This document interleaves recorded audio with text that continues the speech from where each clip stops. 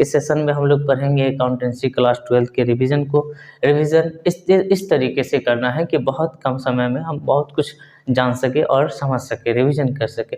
पढ़ाई तो अपनी कर ली है, लेकिन एक कॉन्फिडेंस की ज़रूरत है, एक ऐसे क्लास की ज़रूरत है जिसमें आप ये समझ सके कि भाई हमें सब कुछ आता है। सब कुछ आने का मतलब ये है कि एक समरी टाइप में आपको रिवीजन की ज़रूरत है। वो रिवीजन मैं आपको करवाने जा रहा हूँ। तो आइए आज की क्लास, आज की सेशन का फर्स्ट क्वेश्चन, आज की क्लास का फर्स्ट टॉपिक हम लोग रिवीजन करेंगे।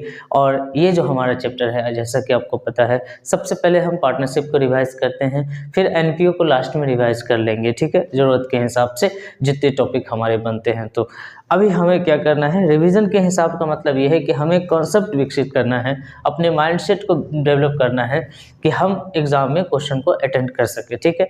देखिए, सबसे ज़्यादा ज़रूरी ये जानना है कि अब आप कर क्या सकते हैं। पूरा किताब नहीं बना सकते हैं, बहुत कम समय है। पूरा किताब नहीं बना सकते हैं, इसका मतलब ये नहीं है कि आपके नॉलेज में कोई कमी आ जाएगी, ठीक है। देखिए, किताब से क्वेश्चन, किस किताब से क्वेश्चन पूछेगा ये ना हमको पता है ना आपको पता है, ठीक है। लेकिन इतना तय है कि जो टॉपिक आपको पढ़ाया गया है, जो आपने पढ़ा है, क्वेश्चन वहीं से आना है, ठीक है। तो टॉपिक वाइज रिवीजन करिए, टॉपिक वाइज समझिए कि बनाना कैसे है, ठीक है। देखिए, अकाउंटेंसी पढ़ने की चीज़ वैसे भी नहीं है, अकाउंटेंसी प्रैक्टिस सीखने की चीज़ है। तो अकाउंटेंसी को सीखना है, एक क्वेश्चन भी काफ़ी है पूरे क्वेश्चन को समझने के लिए, पूरे चैप्टर को समझने के लिए, अगर क्वेश्चन में सारी चीज़ों को कवर किया जाए, ठीक है। होता ये है कि एक बहुत सारी बड़ी बातों को छोटी छोटी टर्म में आपको सिखाया जाता है।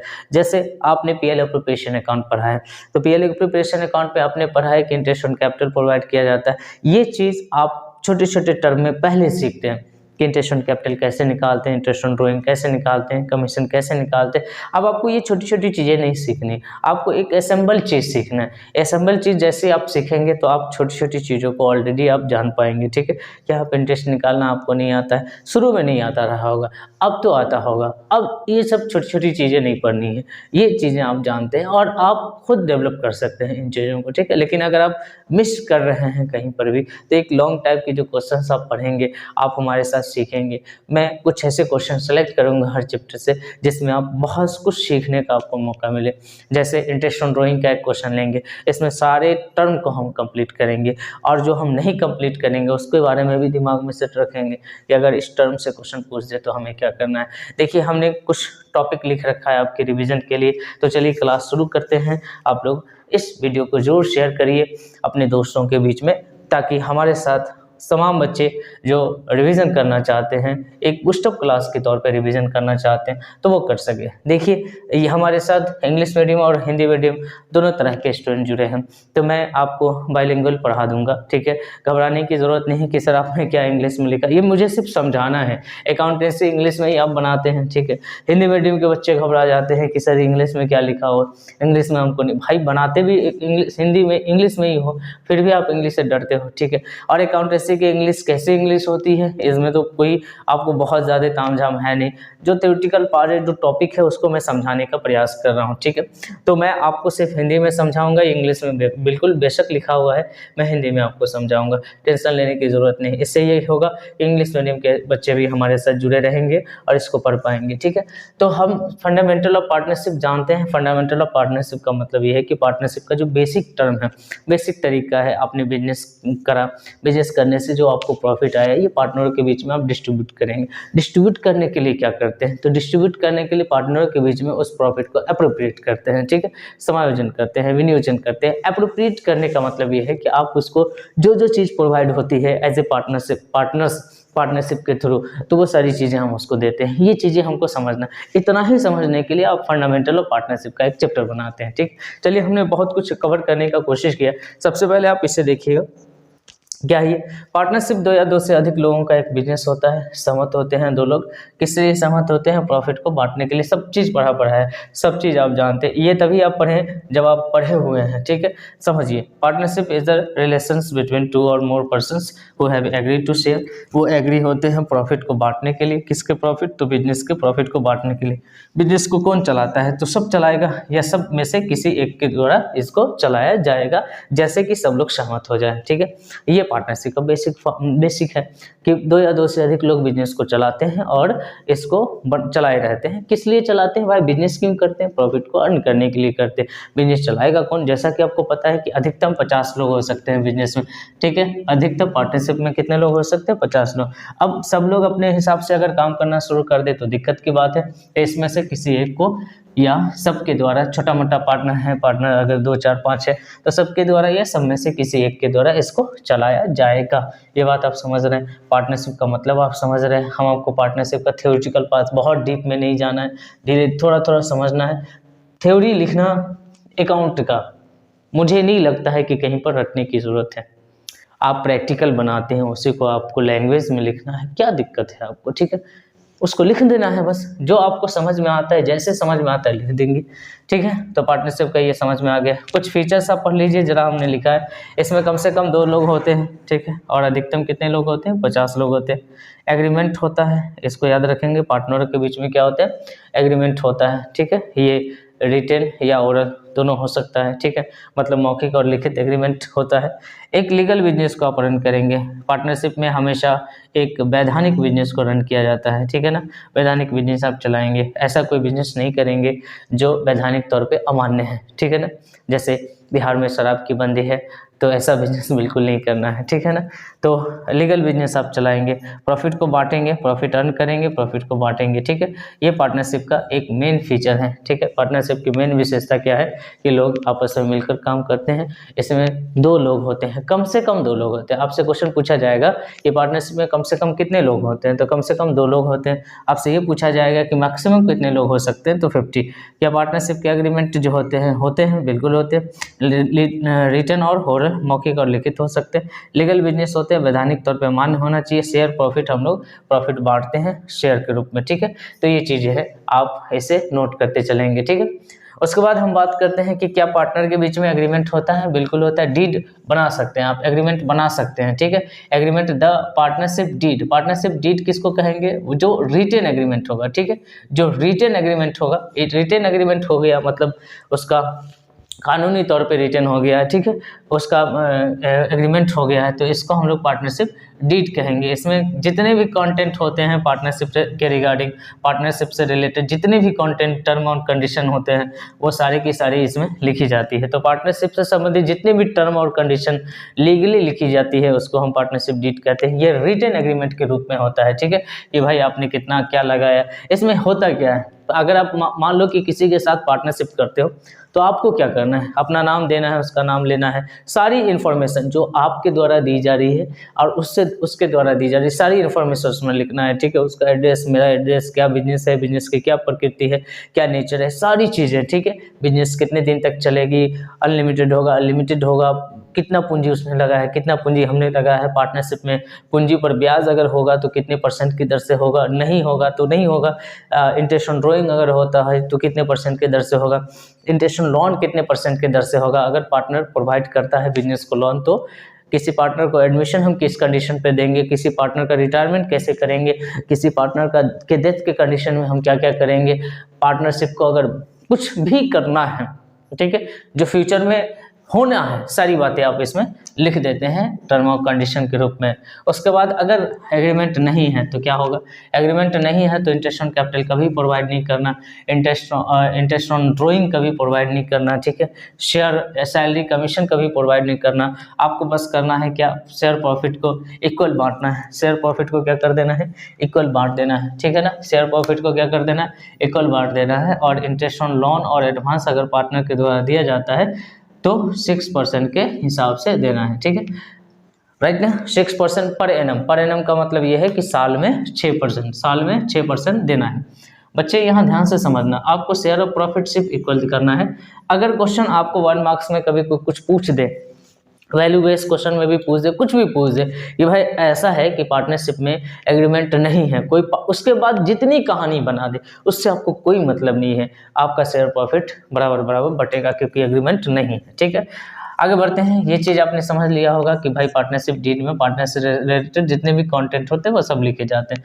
पार्टनरशिप में कम से कम 2 लोग होते हैं और मैक्सिमम 50 लोग होते हैं। मैं इतना ही पढ़ा रहा हूँ जो आपके अभी सारा रिवीजन मैं करा सकूँ शॉर्ट टर्म में, आपके एग्जाम के हिसाब से सारा चैप्टर को टच करना है हमें, ठीक है, इस हिसाब से रिवीजन करा रहा हूँ।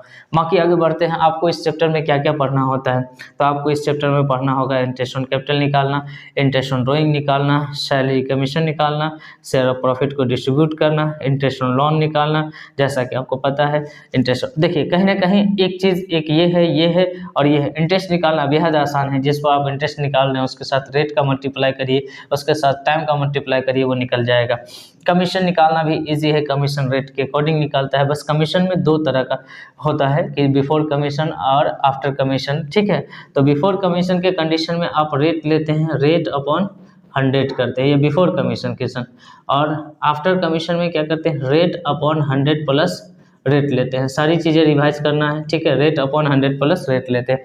शेयर ऑफ प्रॉफिट जानते हैं आप, अगर कुछ नहीं दिया हो तो इक्वल बांटना है, अगर दिया हुआ है तो उसके अकॉर्डिंग बांटना है।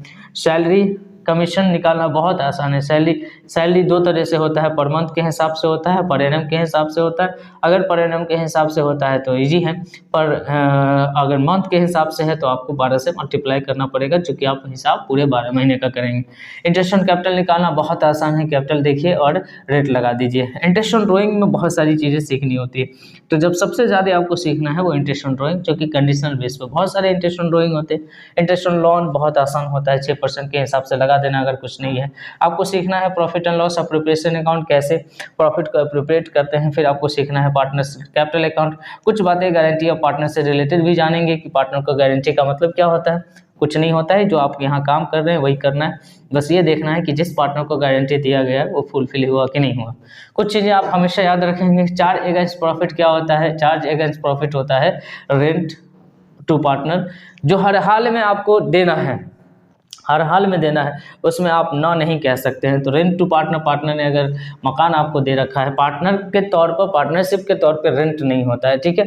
ये चार्ज अगेंस्ट प्रॉफिट है, और जितने भी चार्ज अगेंस्ट प्रॉफिट है वो पीएल अकाउंट में होते हैं, ठीक है। चार्ज अगेंस्ट प्रॉफिट जब भी होते हैं कटेंगे। मान लो कि पार्टनर को रेंट देना है तो आपको पीएल अकाउंट में वापस जाना पड़ेगा, वहाँ पर काट के फिर वापस आएंगे, ठीक है। उसके बाद इंटरेस्ट ऑन लोन है, इंटरेस्ट ऑन लोन भी चार्ज अगेंस्ट प्रॉफिट है, ठीक है। ये इंटरेस्ट ऑन लोन हो, रेंट टू पार्टनर हो, ये सब कहाँ लिखाएगा बच्चे, ये लिखाएगा पीएल अकाउंट में, ठीक है। बाकी जितने भी एप्रोप्रिएशन है, interest on capital, salary commission, ये सब पीएल एप्रोप्रिएशन अकाउंट में लिखाएगा। कुछ बातें आप हमेशा याद रखेंगे, कुछ चीजें जो आपके लिए बहुत ज्यादा जरूरी है। कैपिटल चाहे जैसा हो, plus liability equal to asset, ठीक है।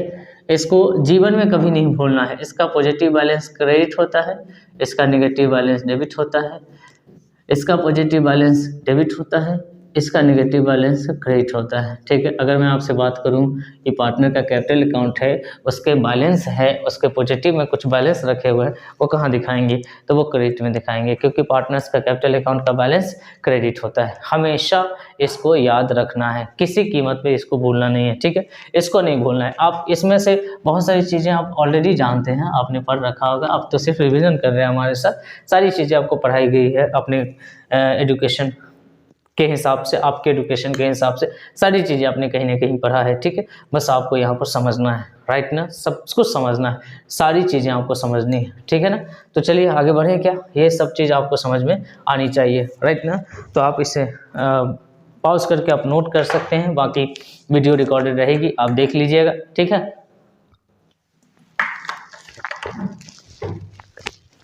ठीक है ना।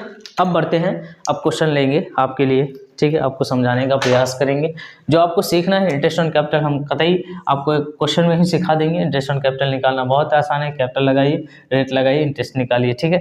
इंटरेस्ट ऑन ड्रॉइंग निकालना थोड़ा सा आपको कंडीशनली समझना है। सैलरी कमीशन के बारे में आप क्वेश्चन आएगा तो वहाँ पे हम समझा देंगे। शेयर ऑफ प्रॉफिट निकालना, आप शेयर बांटना तो आपके लिए बच्चों का खेल जैसा होगा। कैसे बांटते हैं भाई, अगर 3:2 में है, आपको 5 शेयर डिस्ट्रीब्यूट करना है, तो आपको पहले को देना है 3/5, दूसरे को देना है 2/5 ऐसा आप करते हैं, बिल्कुल करते होंगे, ठीक है। उसके बाद सबसे ज़्यादा ज़रूरी है यहाँ पर इंटरेस्ट ऑन ड्राइंग सीखना। हम आपको समझाएंगे इंटरेस्ट ऑन ड्राइंग कैसे निकलता है, जो सबसे ज़्यादा फंसता है वही चीज़ हम आपको समझाने वाले। पीएल अप्रोप्रिएशन अकाउंट के कुछ क्वेश्चन लेंगे जिससे आपको दोनों चीज़ कवर करेंगे, पीएल अप्रोप्रिएशन अकाउंट और पार्टनर्स कैपिटल अकाउंट, ठीक है भाई। बाकी चीज़ें हमने आपको समझा दिया है, क्वेश्चंस आपने पढ़ा है, तो जो चीज़ें इजी थी वो आप पहले भी समझते रहे होंगे और अब भी समझते रहे होंगे, ठीक है। अब बढ़ते हैं हम लोग क्वेश्चन की तरफ बढ़ें। तो चलिए देखते हैं, पहला क्वेश्चन हम लोग को लेना है, सबसे ज़्यादा जरूरी समझने वाला है टॉपिक अपना फंडामेंटल ऑफ पार्टनरशिप में, तो इंटरेस्ट ऑन ड्राइंग है। तो इंटरेस्ट ऑन ड्राइंग से क्वेश्चन आएंगे, फिर हम ऐसे क्वेश्चन लेंगे जिसमें सारी चीज़ें कवर करेंगे, ठीक है। समझने का प्रयास करना। देखना, इंटरेस्ट ऑन ड्राइंग के बहुत सारे कंडीशंस रहते हैं और वो सारे कंडीशंस हमने ऑलमोस्ट यहाँ पे लिखा है, और जो नहीं लिखा है उसके बारे में मैं आपको बता दूंगा। रिवीजन चल रहा है, आपने अगर पढ़ रखा है तो सारी चीज़ें याद दिलाना है मुझे, ठीक है। क्वेश्चन बहाना है, आपको सब चीज़ दोबारा से याद दिलाना है, राइट ना। चलिए देखते समझते हैं। क्वेश्चन दे दिया है, मोहन नाम का कोई पार्टनर है, रेट सब जगह फिक्स रहता है, ठीक है। समय और अमाउंट चेंज होगा लेकिन रेट फिक्स रहेगा, ठीक है। कहता है calculate interest on drawing Mohan के ड्राइंग पर इंटरेस्ट कैलकुलेट करना है। रेट आपको दे दिया है 10% पर एनम। 10% पर एनम का मतलब ये 12 महीने का, ठीक है। आपको अगर 6 महीने का निकालना है तो अपने 6 महीने को आधा कर दीजिए, राइट ना। अब देखिए 12 से डिवाइड कर दीजिए। फॉर द ईयर एंडेड 31 दिसंबर 2021, तो आपको इस डेट में इंटरेस्ट ऑन ड्राइंग निकालना है, ठीक है। इन इच केस, सारे केस में आपको इंटरेस्ट ऑन ड्राइंग निकालना है। धीरे धीरे मैं सारा चीज़ आपको पढ़ाऊंगा और समझाऊंगा, सीधे प्रैक्टिकल की तरफ बढ़ेंगे, ऐसा नहीं कि पूरा आपको फिर से दोबारा रटाया जाएगा, ठीक है। देखिए सबसे पहला क्वेश्चन को सॉल्व करते हैं हम लोग। सबसे पहला क्वेश्चन क्या है, जरा ध्यान से पढ़िएगा, ठीक है। हिंदी में पढ़ता हूँ मैं, आपको समझाता हूँ। अगर वो साल के दौरान निकालता है, वर्ष के दौरान अगर निकाल रहा है भाई, इफ ही हिज ड्राइंग या विड्रॉन एक ही बात होता है, ये निकालता है ड्यूरिंग द ईयर, ध्यान से समझना है इसको, ठीक है। यहाँ लिखा है during the year, during the year का मतलब वर्ष के दौरान, वर्ष के दौरान अगर लिखा हुआ है, क्या क्लियर हो पाया? क्लियर हो पाया? कब निकाला, ठीक है। कब निकाला, क्लियर हो पाया। एक साल में 12 महीने होते हैं, 12 महीने का मतलब 365 दिन होता है। लीप ईयर है तो 366 दिन होगा, 366 दिन होगा तो प्रत्येक महीना का बिगिनिंग होता है, मिडिल होता है, एंड होता है। कब निकाले, जनवरी में, फरवरी में, मार्च में, अप्रैल में, कब निकाले आप, ठीक है। क्लियर नहीं है। और जब कंडीशन बिल्कुल क्लियर नहीं है, डेट ऑफ ड्राइंग के बारे में बिल्कुल पता नहीं है, ठीक है। जितना ड्राइंग आपने निकाला है उस पर आपको इंटरेस्ट निकालना है। रेट तो पता है, रेट सब में 10% लगेगा, नो डाउट, ठीक है। आपको इंटरेस्ट ऑन ड्राइंग निकालना है। क्या निकालना है बच्चे? इंटरेस्ट ऑन ड्राइंग निकालना है। अब इंटरेस्ट ऑन ड्राइंग निकालने के लिए क्या करना पड़ेगा आपको? जो अमाउंट है वो बिठाइए। अमाउंट क्या है? 24,000 रुपये। 24,000 रुपया कहीं पर निकाला, एक बार निकाला था 24,000, लेकिन कब निकाला, कहाँ पर निकाला, ये आपको नहीं पता। रेट आपने लगा दिया। सबसे बड़ा सवाल है टाइम का, ठीक है। याद करो जरा, अगर डेट ऑफ ड्राइंग नहीं दिया हो, कंडीशन नहीं पता हो, कुछ भी नहीं पता हो, आपको ना पता चल रहा हो कि डेट ऑफ ड्राइंग क्या है, कहाँ पे निकाला, तो आपको क्या करना है? 6 महीने का निकालना है। ध्यान से याद रहे, 6 मंथ का निकालना है, ठीक है ना बच्चे। कितने महीने निकाला है? 6 मंथ का, ठीक है। आप इसको कैलकुलेट करो अपने से करो, ठीक है। 6 मंथ का निकालना है और इसको कैलकुलेट करके आपको आंसर लिखना है, ठीक है। ये क्या होगा? 0 से 0 कैंसिल हो जाएगा, इस 0 से इस 0 को कैंसिल कर देंगे, 6 2 12 हो जाएगा, 2 से 24 को डिवाइड करेंगे, ठीक है। तो 1200 आपका ये आंसर है, ठीक है ना। याद रखना, ये आपका आंसर है, ठीक है ना। तो आपने क्या सीखा? अगर आपके पास डेट ऑफ ड्राइंग का पता ना चले, ठीक है, तो आपको क्या करना है? 6 मंथ अपने हिसाब से लेना है। दूसरा क्वेश्चन देखते हैं। If he withdrawn 1000 per month मतलब एक महीने में 1000 रुपया निकाला। यहाँ पे कहीं पर 24,000 निकाला, लेकिन ये क्या कर रहा है कि एक महीने में 1000 निकाल रहा है। फिर 12 महीने अगर होते हैं साल में, तो 12 दूसरे महीने में भी 1000 निकालेगा, तीसरे महीने में भी 1000 निकालेगा, चौथे महीने में भी 1000 निकालेगा। इसका मतलब ये है कि ये 12 महीने तक 1,000 करके सेम अमाउंट निकालेगा। भाई मेरे, जो पैसा 12 महीने पहले निकाला गया उस पर 12 महीने का ब्याज होगा, 11 महीने पहले निकाला गया उस पर 11 महीने का ब्याज होगा, जो 10 महीने पहले निकालने का 10 महीने का ब्याज होगा। अगर रेट हमारा, अमाउंट हमारा सेम है, तो क्यों ना हम अमाउंट को एक ही बार कैलकुलेट कर लें, ठीक है। 12 से मल्टीप्लाई कर ले, तो दूसरे का आपका इंटरेस्ट ऑन ड्राइंग कैसे आएगा? तो 12,000 रुपया आपका टोटल ड्राइंग हो जाएगा। कैसे हो जाएगा? एक महीने में 1000, तो पूरे साल की बात है, कहीं पर 6 महीना 9 महीना ऐसा नहीं लिखा है, आपको सीधे लिखा है कि if you withdrawn 1000 per month in the beginning of the every month, और कुछ नहीं दिया। इसका मतलब पूरे 12 महीने तक, एक साल में 12 महीने होते, एक महीने में 1000 रुपया निकाला तो 12 महीने में 12,000 निकालेगा। रेट बच्चे फिक्स रहता है, 110/100 होएगा, ठीक है। अब सवाल ये है कि अगर 12 महीने तक शुरू में, अगर हर महीने के शुरू में अगर निकाला गया है, ध्यान से समझना, हर महीने के शुरू में निकाला गया है, ठीक है। एक क्वेश्चन है हर महीने के अंत में निकाला गया है, और एक क्वेश्चन है हर महीने के मिडिल में निकाला गया है। क्वेश्चन आपसे सब पूछ ले या एक पूछ ले, किस कहीं से भी पूछ ले, आपको दिमाग में फिट कर लेना है, ठीक है। अब जो डेट है, जो रेट है, वो रेट फिक्स रहता है, डेट के बारे में सोचना है आपको, ठीक है। देखिए, सबसे पहले आप समझिए कि आपको यहाँ पर बिगिनिंग ले लेना है, ठीक है, मिडिल ले लेना है, ठीक है, और एंड ले लेना है, राइट ना। अगर आप 12 महीने तक निकालते हैं, 4-12 मंथ, ठीक है, समझ लीजिए, 12 महीने तक निकालते हैं तो 12 + 1/2 करना है शुरू वाले में, मिडिल वाले में कुछ नहीं करना है। ये होता है एवरेज टाइम, ठीक है। सर एवरेज टाइम क्यों यूज करते हैं? तो आपको एवरेज टाइम नहीं यूज करना है तो 12 आप निकाल लीजिए इसका ब्याज। 12 महीने तक निकाला है ना भाई, जनवरी में जो निकालेगा दिसंबर तक में 12 महीने का ब्याज होगा, फरवरी के शुरू में जो निकालेगा दिसंबर तक में 11 महीने का ब्याज होगा, मार्च के शुरू में जो निकालेगा दिसंबर तक में 10 महीने का ब्याज होगा। इस तरीके से 12 महीने तक आप ब्याज निकालिए, ठीक है। और जो दिसंबर के शुरू में निकालेगा उसका दिसंबर लास्ट तक में 1 महीने का ब्याज होगा, ठीक है। तो आपको क्या करना है कि पहले साल को देखिए, पहला ड्राइंग देखिए और सबको छोड़ दीजिए, सीधे लास्ट ड्राइंग देखिए। पहला ड्राइंग आप निकाल रहे हैं जनवरी के शुरू में, जनवरी के शुरू में निकाल रहे हैं तो जनवरी का भी ब्याज लगेगा, इसका मतलब जनवरी से दिसंबर तक का ब्याज का मतलब 12 महीने का पूरा ब्याज लगेगा। दिसंबर के शुरू में आप निकालेंगे, सबसे लास्ट में जाएंगे, बीच वाला छोड़ दीजिए, सबसे लास्ट में जाएंगे तो दिसंबर के शुरू में निकालेंगे तो दिसंबर का भी ब्याज लग जाएगा, ठीक है। तो कुल मिलाकर शुरू में निकालेंगे तो 12 + 1/2। आपको इतना रिस्क नहीं लेना है समझने का, आप सीधे याद करो +1, ठीक है, और -1, +1 -1 +1 -1, बीच वाला में कुछ नहीं करना, +1 -1 +1 -1 +1 -1 +1 -1, ठीक है। यहाँ पर बीच वाला में कुछ नहीं करना है, ठीक है। तो +1/2 और अंत में -1/2, ठीक है। इसी तरीके से अगर 9 मंथ का क्वेश्चन रहता है इस टाइप का तो 9 + 1/2, 9 - 1/2, बीच वाला में कुछ नहीं करना, ठीक है। इसी तरीके से अगर 6 मंथ का क्वेश्चन रहता तो 6 + 1/2, 6 - 1/2, बीच वाला में कुछ नहीं करना है, ठीक है। अब क्वार्टर की जहाँ तक बात है, ठीक है, क्वार्टर वाला में आप याद रखेंगे पूरे महीना, पूरे साल में 12 महीने होते हैं, 12 महीने के हिसाब से क्वार्टर बनाएंगे 4-4 महीने का, ठीक है। क्वार्टर का मतलब 3 महीने का एक क्वार्टर होता है, ठीक है। तो 12 महीने में 3-3 महीने का जोड़ करेंगे, ठीक है, +3/2, अंत वाला में -3/2, बीच वाला में कुछ नहीं करना है, ठीक है। तो ये आपको थोड़ा सा याद रखना है, राइट ना।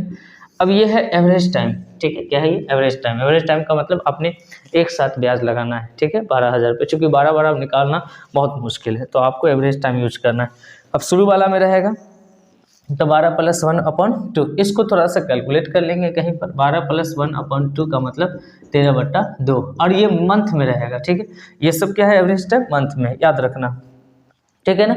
अब ध्यान से देखना, यहाँ पर बैठा देना है 13/2। अब देखिए, चूँकि ये मंथ में है और ये ईयरली है तो नीचे डिवाइड करेंगे 12 से, ठीक है। अब आप इसको सॉल्व कर लीजिए, इससे ये खत्म हो जाएगा, ये 0 से ये 0 खत्म हो जाएगा, 12 कहीं 12 खत्म हो जाएगा, ठीक है। और इसको इससे काट देंगे तो 50 रुपये आएगा, 50 को 13 से गुना करिएगा तो 650 रुपये आएगा। ये बी नंबर क्वेश्चन का आंसर हुआ, ठीक है ना। बहुत आसान है, बहुत आसान है, ठीक। अब बात करते हैं सी का। इसी तरीके से सी में देखिएगा, सी वाले का आंसर क्या होगा? देखिए, हर महीने तक 2-2 हज़ार करके निकाला है, पूरे महीने पूरे साल 9 महीना रहता तो 9 से गुना करते, और यहाँ पर एवरेज टाइम 9 के हिसाब से कैलकुलेट करते हैं, ठीक है ना। यहाँ पर पूरे साल गुना किया है, 12 दूना 24,000 रुपया हो जाएगा। रेट आपको पता है 10% लेना है, 10/100 हो जाएगा।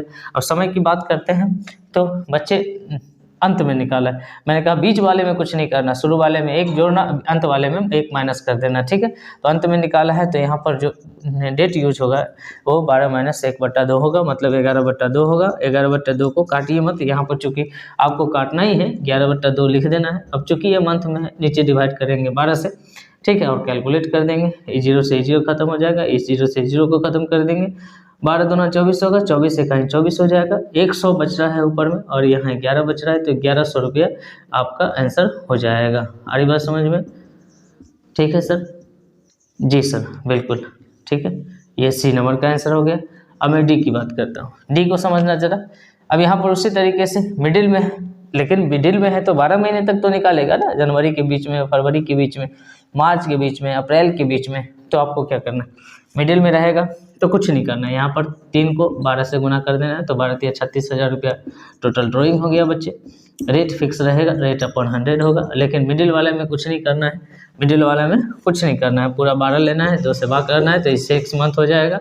और 6 मंथ होगा तो यहाँ पर क्या लिखेंगे, 6/12 लिखेंगे, ठीक है। आप काट कुट कर लीजिए, 0 से 0 हो जाएगा, 0 से 0 हो जाएगा, 12 × 36 हो जाएगा, 300 को 6 से गुना करेंगे, 6 × 3 = 1800 रुपया आपका आंसर होगा। क्लियर है? तो डी नंबर का आंसर हो गया, ठीक है भाई। अब बच गया है तो आप बच गए, सारी चीज़ें रिवीजन करने की है, सब चीज़ आपने पढ़ रखा है और मैंने पढ़ा रखा है, ठीक है। अब बच गया है क्या, ये वाला बच गया है, क्वार्टर वाला कंडीशन, ठीक है। क्वार्टर वाले कंडीशन को करते हैं, ठीक है ना। देखो क्वेश्चन कहाँ से आएगा ये नहीं पता है, ठीक है ना, आपको भी नहीं पता है, मैं कहूँ मुझे भी नहीं पता है ना।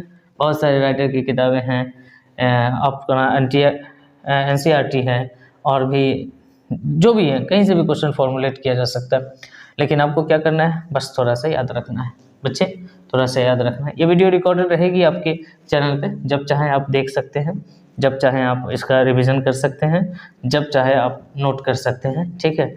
चलिए बढ़ते हैं आगे। अगला क्वेश्चन है, ये ई नंबर में आते हैं भाई। एक साल में कितने क्वार्टर होते हैं, 4 क्वार्टर होते हैं, तो टोटल 4 बार निकालेगा तो इंटरेस्ट ऑन ड्राइंग कितना पे आ जाएगा, 4 बार निकालेगा तो 4 × 5 = 20,000 हो गया, ठीक है। रेट आपका फिक्स रहेगा, सब चीज़ में रेट वही रहेगा जो दिया रहेगा क्वेश्चन में। उसके बाद आपको सिर्फ टाइम के बारे में सोचना है। क्वार्टर में है, बिगनिंग में है, तो पूरे साल में 12 महीने होते हैं, क्वार्टर में 3 का जोड़ करते हैं, 2 से डिवाइड करेंगे, 15/2 लिखेंगे, तो यहाँ पे क्या करेंगे 15/2, ठीक है ना, 15/2/12, ठीक है। अब इसको सॉल्व कर लीजिएगा, जो भी आंसर आ रहा हो लिख दीजिएगा। ABCDE हो गया। अब F की बात करते हैं, इसी तरीके से 4 बार यहाँ भी निकालेगा, 4 × 5 = 20,000 हो जाएगा। अब यहाँ 10% 10/100 हो जाएगा, लेकिन यहाँ पर एंड दिया हुआ है, मतलब अंतिम दिनों में, तो अंतिम में क्या करते हैं, 12 - 3/2 करते हैं, तो 9/2 हो जाएगा। तो यहाँ लिख देना है 9/2, क्लियर है, 9/2 लिख देना है। अब इसको सॉल्व कर लीजिएगा, ये आंसर आ जाएगा। अच्छा सॉरी, यहाँ पर 12 से भी डिवाइड करना है, क्यों करना है, क्योंकि ये ईयरली है और ये मंथ में है, ठीक है। अब F हो गया, उसके बाद G की तरफ आते हैं। अब देखिए 6,000 रुपया क्वार्टर है, ये भी क्वार्टर है, तो साल में कितने क्वार्टर होते हैं, 4 क्वार्टर होते हैं, तो 6 × 24,000 रुपये ये हो गया बच्चे। अब यहाँ पर क्या होगा, आपको रेट फिक्स रहता है, 10/100 होगा। अब यहाँ पर जरा ध्यान से समझना, एंड में क्या होता है, मिडिल में क्या होता है, मिडिल वाले में कुछ नहीं करते, किसी कंडीशन में कुछ नहीं करते हैं, 12/2 होगा, तो यहाँ पर 6 मंथ हो जाएगा, और 6 मंथ का मतलब 12 से डिवाइड करेंगे, तो इसका आंसर जो भी है, इसका आंसर जो भी है, इसका आंसर जो भी है, आपको हाथ चलाना है, बिल्कुल ठीक है। कई बार क्या होता है एग्जाम में, हाथों की प्रैक्टिस बहुत ज़रूरी है, ठीक है ना। कुछ क्वेश्चन ले लेके प्रैक्टिस करिए, है ना, ज़रूरी नहीं आप टॉपिक तो पढ़ ही रहे हैं, आप बूस्टअप कर रहे हैं अपने नॉलेज को, लेकिन साथ साथ आपको थोड़ा सा प्रैक्टिस करना है कुछ अलग अलग टाइप के क्वेश्चन को लेकर, ठीक है ना भाई। बहुत ईजी है, बहुत शानदार है, मैंने सब कुछ पढ़ा दिया है आपको, ठीक है। चलिए बढ़ते हैं आगे, इसको मिटाते हैं, ठीक है ना। वीडियो रिकॉर्डेड रहेगी, अब देख लेना, ठीक। चलो अब एक क्वेश्चन लेते हैं इंटरेस्ट ऑन कैपिटल से रिलेटेड, उसके बाद आपको सीधे ले चलेंगे पीएल एप्रोप्रिएशन अकाउंट और कैपिटल अकाउंट मेंटेन कैसे करते हैं वो समझाते हैं, और सारी चीज़ें आपको समझाएंगे, बिल्कुल घबराने की ज़रूरत नहीं है, बेसिक चीज़ें हैं, ठीक है ना, बेसिक सी चीज़ें आपको समझा रहे हैं, बिल्कुल नहीं घबराना है, ठीक है। चलो देखिए अब क्वेश्चन देखते हैं, इंटरेस्ट ऑन कैपिटल से रिलेटेड एक क्वेश्चन हमने लिया है, बहुत ही आसान सा क्वेश्चन है। कहता है देखिए जब भी आप इंटरेस्ट निकालते हैं सबसे ज़्यादा जरूरी है समझना डेट को, ठीक है। डेट आपको समझ में आ गया, सब चीज़ आपको समझ में आ जाएगा, ठीक है। समझिए, सबसे पहले तो समझते हैं, यहाँ पर 2 पार्टनर है A और B, कहता है कि 1 जनवरी 2013 को, ये 1 जनवरी 2013 की बात है, इनके कैपिटल अकाउंट में बैलेंस इस प्रकार है, ए के कैपिटल अकाउंट में और बी के कैपिटल अकाउंट में, ठीक है। अगर हम इंटरेस्ट ऑन, ये कैलकुलेशन करना है, अकाउंट्स नहीं बनाना है, सिर्फ कैलकुलेशन करना है, इंटरेस्ट ऑन कैपिटल, ठीक है, एज कैपिटल, आप ऐसा लिख सकते हैं, interest on as capital, right ना। ए के कैपिटल पे हम लोग को इंटरेस्ट निकालना है, ये हमको सीखना है, ठीक है ना। एज कैपिटल के इंटरेस्ट ऑन एज कैपिटल निकालना है, क्लियर है। और समझिएगा ज़रा, ए और बी की बात चल रही है, तो हमें इंटरेस्ट ऑन बीज कैपिटल भी निकालना पड़ेगा, ठीक है। बी के कैपिटल पे भी इंटरेस्ट निकालना है। अब इसने 1 जनवरी को शुरू किया, 3,000 रुपया, 3 लाख रुपया इसने लगाए और 2 लाख रुपया इसके बैलेंस है ना, 3 लाख और 2 लाख। रेट सब जगह फिक्स रहते हैं, रेट एक ही जैसा रहता है, 5% रेट कह रहा है यहाँ पर, जरा ध्यान से देखना। तो 5/100 होगा, यहाँ भी 5/100 होगा, क्लियर है। अब इसने कुछ चेंज करा है, तो जो चेंज करा है उसको बाद में देखते हैं। जो 3 लाख रुपया है उसका ब्याज कितना हो जाएगा, इसको काट लीजिएगा तो ये 15,000 होगा, और इसको काट लीजिएगा तो ये 10,000 रुपया होगा, ठीक है ना। अब देखिए ज़रा ध्यान से देखिएगा, उसके बाद मैं इसकी बात कर रहा हूँ 3 लाख की, ठीक है ना। तो 3 लाख रुपया पर जो ब्याज होगा ये होगा, और 2 लाख पर जो ब्याज होगा वो ये होगा, ठीक है ना। अब बात करते हैं 1 अक्टूबर 2013 को ए ने और पैसे लगा दिए, तो इस पर जो ब्याज हो रहा था वो तो होगा ही, ए ने 1 अक्टूबर में जो पैसे लगाए हैं उस पर भी ब्याज होगा। लेकिन हम बात करेंगे कि अक्टूबर में जो पैसे इसने 1 लाख रुपया लगाया बच्चे, अक्टूबर से आपको ब्याज कहाँ कैलकुलेट करना है, दिसंबर में। आपका क्लोजिंग फिक्स रहेगा, हमेशा हर जगह क्लोजिंग फिक्स रहता है, ओपनिंग भले ही कभी कभी कर लो लेकिन क्लोजिंग फिक्स है। तो अक्टूबर से लेकर दिसंबर तक का ब्याज होगा, रेट सबके लिए सेम लगाएंगे 5%। सवाल ये उठता है कि इसने ऐड किया है कैपिटल को, तो यहाँ पर ऐड होगा, ठीक है ना।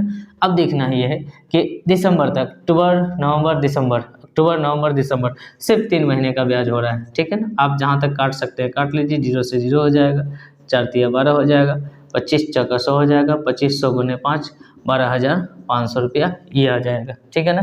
क्या आप मेरी बात समझ पा रहे हैं, 1250 रुपया होएगा, ठीक है, 12,500 नहीं होगा। अब जरा ध्यान से देखिए ना, ये 00 खत्म हो गया है ना, तो 100, 250 रुपया, ठीक है। आप काट के देख लीजिए खुद से, 1250 रुपया, ये 1250 रुपया हुआ। तो देखिए आपने कैपिटल ऐड करा है, ठीक है, कैपिटल ऐड करा है तो ब्याज भी क्या हो जाएगा, ऐड हो जाएगा।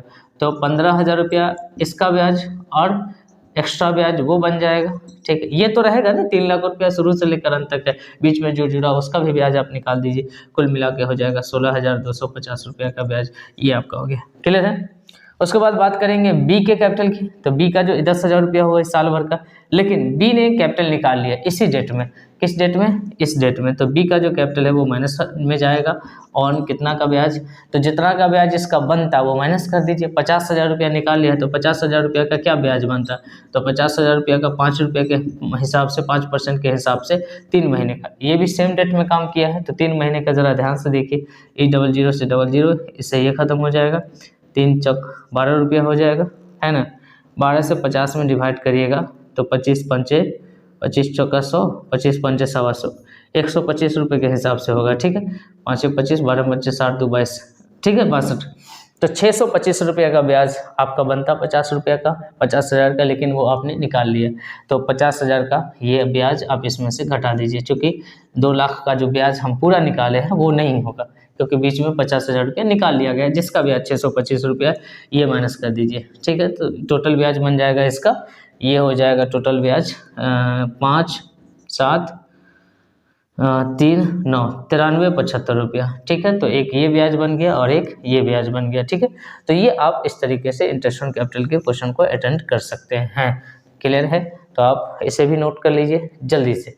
अब बढ़ते हैं हम लोग, एक ऐसा क्वेश्चन लेंगे जिसमें पीएल अप्रोप्रिएशन अकाउंट और पार्टनर्स कैपिटल अकाउंट को हम टच करेंगे, ठीक है भाई। देखिए अभी हमारा क्वेश्चन जो है इसमें हम लोग को क्या करना है, पीएल अप्रोप्रिएशन अकाउंट भी मेंटेन करना है, पार्टनर्स कैपिटल अकाउंट भी मेंटेन करना है। जानबूझकर हमने ऐसा क्वेश्चन लिया है कि हम जो है दोनों चीज़ आपको समझा सके, ठीक है। क्वेश्चन आपसे ये सिर्फ पीएल अप्रोप्रिएशन अकाउंट के बारे में भी पूछ सकता है, ठीक है। हमने कैपिटल अकाउंट भी अटैच किया है। मैं आपको बताता हूं कि अगर लॉन्ग क्वेश्चन में आपसे ये क्वेश्चन, इस टाइप का क्वेश्चन पूछ दे कि जिसमें PL appropriation account, partners capital account एक साथ बनाना हो, आप फॉर्मेटिंग एक साथ करो, ठीक है, कन्फ्यूजन नहीं रहेगा। आपको ऊपर में लिख देना है प्रॉफिट एंड लॉस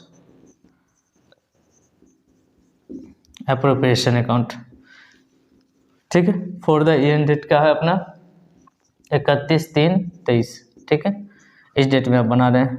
अकाउंट के दो पार्ट होते हैं, एक डेबिट और एक क्रेडिट, ठीक है ना। आप जानते हैं कितने पार्ट होते हैं, डेबिट और क्रेडिट, ध्यान से देखना। ये पार्टिकुलर होता है, ये अमाउंट होता है, ये पार्टिकुलर होता है अपना, ये अमाउंट होता है, ये डेबिट होता है और ये क्रेडिट होता है। पार्टनर्स कैपिटल अकाउंट भी सेम है ना। कैपिटल अकाउंट के भी कितने पार्ट होते हैं, अकाउंट जो भी होता है दो पार्ट होते हैं, ठीक है। इस बार क्या है, चूंकि हमारे पास 3 पार्टनर है तो साथ में हम तीनों पार्टनर का अकाउंट बनाएंगे, एक्स, वाई और जेड। उसी तरीके से आप चाहो तो फॉर्मेटिंग करके रखो, एक्स, वाई और जेड, ठीक है ना भाई, है ना। तो ये हमारा क्या रहेगा, डेबिट, और ये क्या है, क्रेडिट, ठीक है ना। ये पार्टिकुलर है, ये एक्स का, ये वाई का, ये जेड का, ये पार्टिकुलर है, ये एक्स का, ये वाई का और ये जेड का। ऊपर में हमें लिखना है पार्टनर्स कैपिटल अकाउंट, हेडिंग डालना जरूरी है, कैपिटल अकाउंट ऐसा लगा दीजिएगा, क्योंकि बहुत सारे अकाउंट हम बना रहे हैं, इसमें 3, ये सिंगल अमाउंट है अकाउंट है, ठीक है ना। ये पार्टिकुलर अमाउंट याद रखना है इसको, क्लियर। चलिए अकाउंट को कैसे सजाना है ये समझिए। चाहे वो प्रॉफिट हो चाहे वो कैपिटल हो, इसका पॉजिटिव बैलेंस क्रेडिट होता है, याद रखना। इस अकाउंट की शुरुआत पीएल अकाउंट के कमाए हुए प्रॉफिट से होती है। ये चूंकि पर्सनल अकाउंट है तो इसके पास अपने बैलेंस होंगे कैपिटल अकाउंट में, और कई बार ये अपने बैलेंस में से कुछ पैसा विड्रॉन करता है, वो हम घटा लेंगे, ठीक है। तो सबसे पहले आप सजा लीजिए दोनों के बैलेंस को। इसका balance profit and loss account का बैलेंस होता है, ठीक है। तो प्रॉफिट एंड लॉस अकाउंट से जो भी आपका अकाउंट में पैसा है वो ये बैलेंस से शुरुआत होती है। तो देख लेना, पूरा छोड़ दो, सिर्फ ढूंढो इसका प्रॉफिट कितना है। तो ये रहा प्रॉफिट 50,000, 5 लाख रुपये, तो आप 5 लाख रुपये लिख देंगे, ठीक है ना बच्चे। हो गया, यहाँ तक समझ में आया। उसके बाद इस कैपिटल अकाउंट का बैलेंस आप ढूंढ लो, ये बैलेंस है, ठीक है। ये रहा balance, by balance BD, capital account का पॉजिटिव बैलेंस क्रेडिट होता है, ये 2 लाख रुपये होगा। मोस्टली आपको इसी तरह का कैपिटल अकाउंट मेंटेन करना पड़ेगा। अगर करेंट अकाउंट बनाने के लिए कहेगा तो वो कहेगा, और एग्ज़ाम में तो मुश्किल है, इसी टाइप के क्वेश्चन पूछे जाएंगे, ठीक है। करेंट अकाउंट मेंटेन करना नहीं है, क्लियर। उसके बाद बात करते हैं कि अब तो हमने सजा दी, हाँ अपने कैपिटल अकाउंट से कई बार पैसा निकालता है, तो यहाँ रहा विड्रॉन किया है, तो टू ड्रॉइंग लिख देना इसमें, ठीक है ना। ये 28,000 रुपया, 30,000 रुपया और इसमें 18,000 रुपया, है ना भाई। यहाँ तक समझ में आ गया? जी सर, बिल्कुल समझ में आ गया, ठीक है। ये रहा ट्रांजैक्शन जो होना है, जो भी एप्रोप्रिएशन होना है वो यहाँ भी होगा और यहाँ भी होगा। अब ये बैलेंस हमने सेट किया, ठीक है, ये बैलेंस हमने सेट किया है। कैपिटल अकाउंट का बैलेंस यहाँ पॉजिटिव नेगेटिव चेक कर लीजिएगा, जो शुरू से है जो निकाल लिया है वो हम घटा देंगे। इससे ना प्रॉफिट जनरेट होगा ना लॉस जनरेट होगा, क्योंकि ये निकाला गया पैसा है, ये लगाया हुआ पैसा। हाँ, इस पर जो इंटरेस्ट होता है उसी से प्रॉफिट लॉस जनरेट होता है, यहाँ पर आता है, राइट। अब ट्रांजैक्शन क्या क्या है ये सब हमने बैलेंस सेट करा है। अब ट्रांजैक्शन को देखते हैं। शेयर ऑफ प्रॉफिट हमको बांटना है, लेकिन तब बांटना है जब हम पहले ट्रांजैक्शन कर लेते हैं। देखिए यहाँ पे कहता है कि एक्स को आप सैलरी अलाउ कर दीजिए, तो कर दीजिए सैलरी अलाउ। तो आप जैसे ही प्रॉफिट में से सैलरी अलाउ करेंगे तो प्रॉफिट का ये नेगेटिव वैल्यू हो जाएगा, क्योंकि प्रॉफिट में से सैलरी अलाउ कर रहे हैं, ठीक है। तो सैलरी टू एक्स लिख देंगे यहाँ पर, सैलरी सिंगल पार्टनर है टू एक्स, ठीक है। एक्स के कैपिटल पे दे दीजिए, या सीधे सैलरी टू एक्स लिख दीजिए, राइट। कितना हज़ार है? 12,000। जरा ध्यान से देख लीजिएगा इसको कि अगर पर मंथ है, क्योंकि आप काम 1 साल का कर रहे हैं तो 12 से गुना करिएगा, लेकिन अगर वो पर एनम है तो वो खुद 1 साल का पूरा टोटल है, ठीक है। तो यहाँ पर 12,000 लिखना है, 12 से गुना नहीं करना है क्योंकि वो पर एनम है, ठीक है। अब कहता है इंटरेस्ट ऑन कैपिटल अलाउ कर दीजिए 12% की दर से, तो आप इंटरेस्ट ऑन कैपिटल अलाउ करिए। इंटरेस्ट ऑन कैपिटल इधर लिखाता है डेबिट में, क्योंकि हम पार्टनर को दे रहे हैं, पार्टनर के कैपिटल पे इंटरेस्ट हम अलाउ कर रहे हैं, ठीक है ना। तो जैसे ही हम पार्टनर के कैपिटल पे इंटरेस्ट अलाउ करेंगे, हमारे बिजनेस को क्या हो जाएगा, पार्टनर के कैपिटल में जो प्रॉफिट है वो नेगेटिव में चला जाएगा, इसमें से प्रॉफिट में से कटेगा ये पैसा, ठीक है।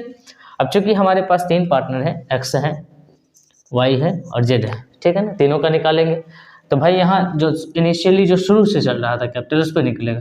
तो 2 लाख का कितना परसेंट है, 12% है। रेट देख लीजिएगा, पर एनम है, शुरू से चल रहा है तो पूरे 12 साल का 12 महीने का निकाल दीजिए, तो 12% हो जाएगा। 2 लाख का 12% 24,000 रुपया, ठीक है। उसी तरीके से 3 लाख है, 3 लाख 2.5 लाख है, 2.5 लाख का कितना हो जाएगा, 2.5 लाख का 5% कितना हो जाएगा, 2.5 लाख का 5% हो जाएगा। यहाँ पे हमने 2 लिखा है, ये ध्यान से रहे, 2 इंटरेस्ट ऑन कैपिटल लिखा है। 2.5 लाख का 5% कितना हो जाएगा, तो 24,000 रुपया, 12 पंचे 60, 6,000 रुपया, ठीक है, 30,000 रुपया हो जाएगा। ये कितना हो जाएगा बच्चे, 30,000 रुपया। और 3 लाख का 6% 36,000 रुपया, ठीक है ना। ये टोटल कर लीजिएगा तो ये हो जाएगा 90,000 रुपया, है ना। तो ये 90,000 रुपया आ गया, तो हम अलाउ कर देते हैं। जैसे ही हम सैलरी एक्स को दिए, सैलरी के अकाउंट में, एक्स के अकाउंट में ये पैसा जुड़ेगा, तो एक्स के कैपिटल का पॉजिटिव बैलेंस क्रेडिट है तो पॉजिटिव में आके जुड़ेगा, ठीक है। ये जो यहाँ लिखा है वो इस कैपिटल अकाउंट में क्रेडिट में लिखाएगा, जो यहाँ लिखा है इस कैपिटल अकाउंट में। ये प्रॉफिट का नेगेटिव वैल्यू है लेकिन कैपिटल का पॉजिटिव वैल्यू है। प्रॉफिट में से काट रहे हैं, पार्टनर को दे रहे हैं, ठीक है ना। तो पार्टनर को दे रहे हैं तो यहाँ पर सैलरी आप ले आइए, या तो सैलरी लिखिए या जिस अकाउंट से ला रहे हैं वो लिख लीजिए, सैलरी लिख लीजिए, सैलरी, ठीक है। तो सैलरी कितने हैं, 12,000 रुपये। तो एक्स के अकाउंट में ये 12,000 लिखा जाएगा, वाई जेड को खाली रखेंगे। इसी तरीके से इंटरेस्ट ऑन कैपिटल लिखा जाएगा, इंटरेस्ट ऑन कैपिटल, ठीक है ना भाई। कितना लिखाएगा, 24,000, 30,000 और 36,000 रुपये। अरे बस समझ में, मेरी बात समझ में आ रही है आपको, ठीक है। जो चीज़ यहाँ डेबिट में लिखाएगा वो वहाँ क्रेडिट में लिखाएगा, जो वहाँ क्रेडिट में लिखाएगा वो यहाँ ज़रूरत के हिसाब से प्रॉफिट और लॉस अगर है तो डेबिट में लिखाएगा, ठीक है। क्लियर है। बस ध्यान रहे कि इसका संबंध प्रॉफिट एंड लॉस से नहीं है, इसका भी संबंध प्रॉफिट एंड लॉस, ये खुद अपने अकाउंट का बैलेंस है, ठीक है। और ये इसको हम डिस्ट्रीब्यूट कर रहे हैं, ठीक है ना भाई।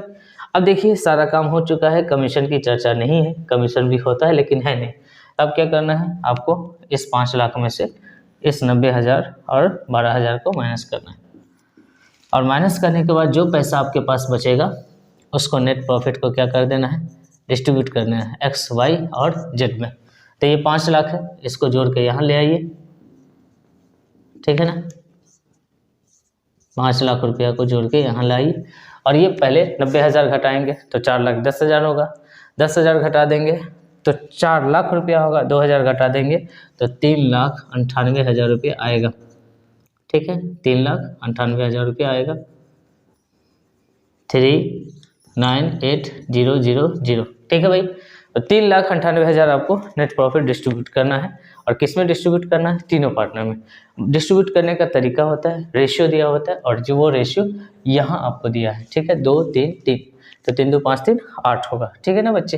तो 3,98,000 में 8 से डिवाइड करेंगे तो 8 चक 32, 8 चक 48, 8 चक 32 हो जाएगा, 8 चक 32 हो जाएगा। 32 के बाद बच जाएगा कितना, 7,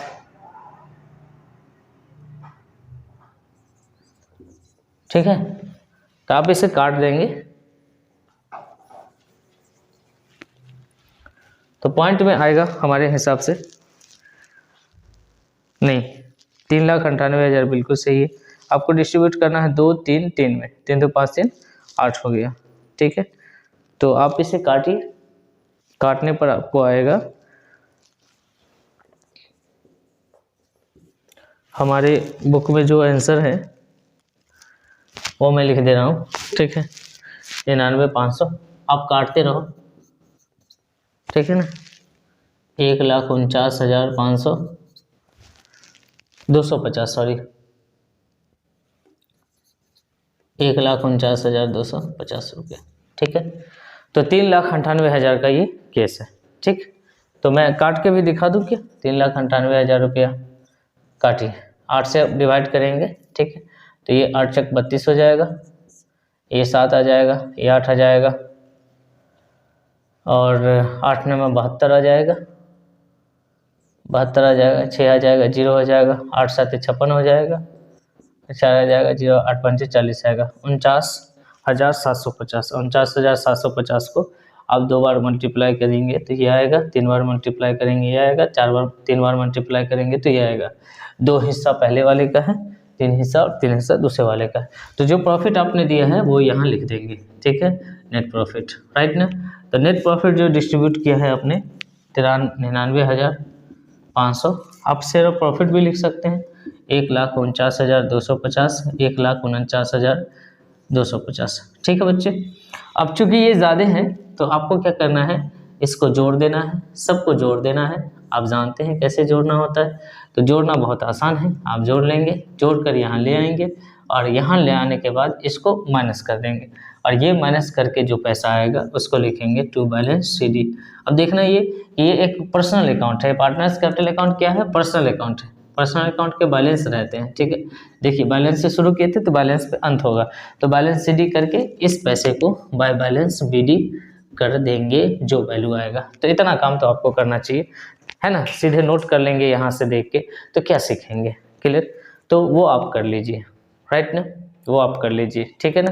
तो यहाँ पर टू शैली है, टू शैली आप नोट कर लेंगे, है ना, और इंटरेस्ट ऑन कैपिटल है वो नोट करेंगे। जो चीज़ यहाँ से अप्रोप्रिएट की है वो हम पार्टनर कैपिटल में जमा कर देंगे, जो डेबिट में है वो क्रेडिट में। ये पैसा भी पार्टनर का ही है, ये पैसा भी पार्टनरों का ही है, और जो नेट प्रॉफिट बच गया जो बांटे वो भी पार्टनर का ही है, ठीक है। तो इस तरह आज के क्लास को हम यहीं पर समाप्त करते हैं और इजाज़त चाहते हैं आपसे।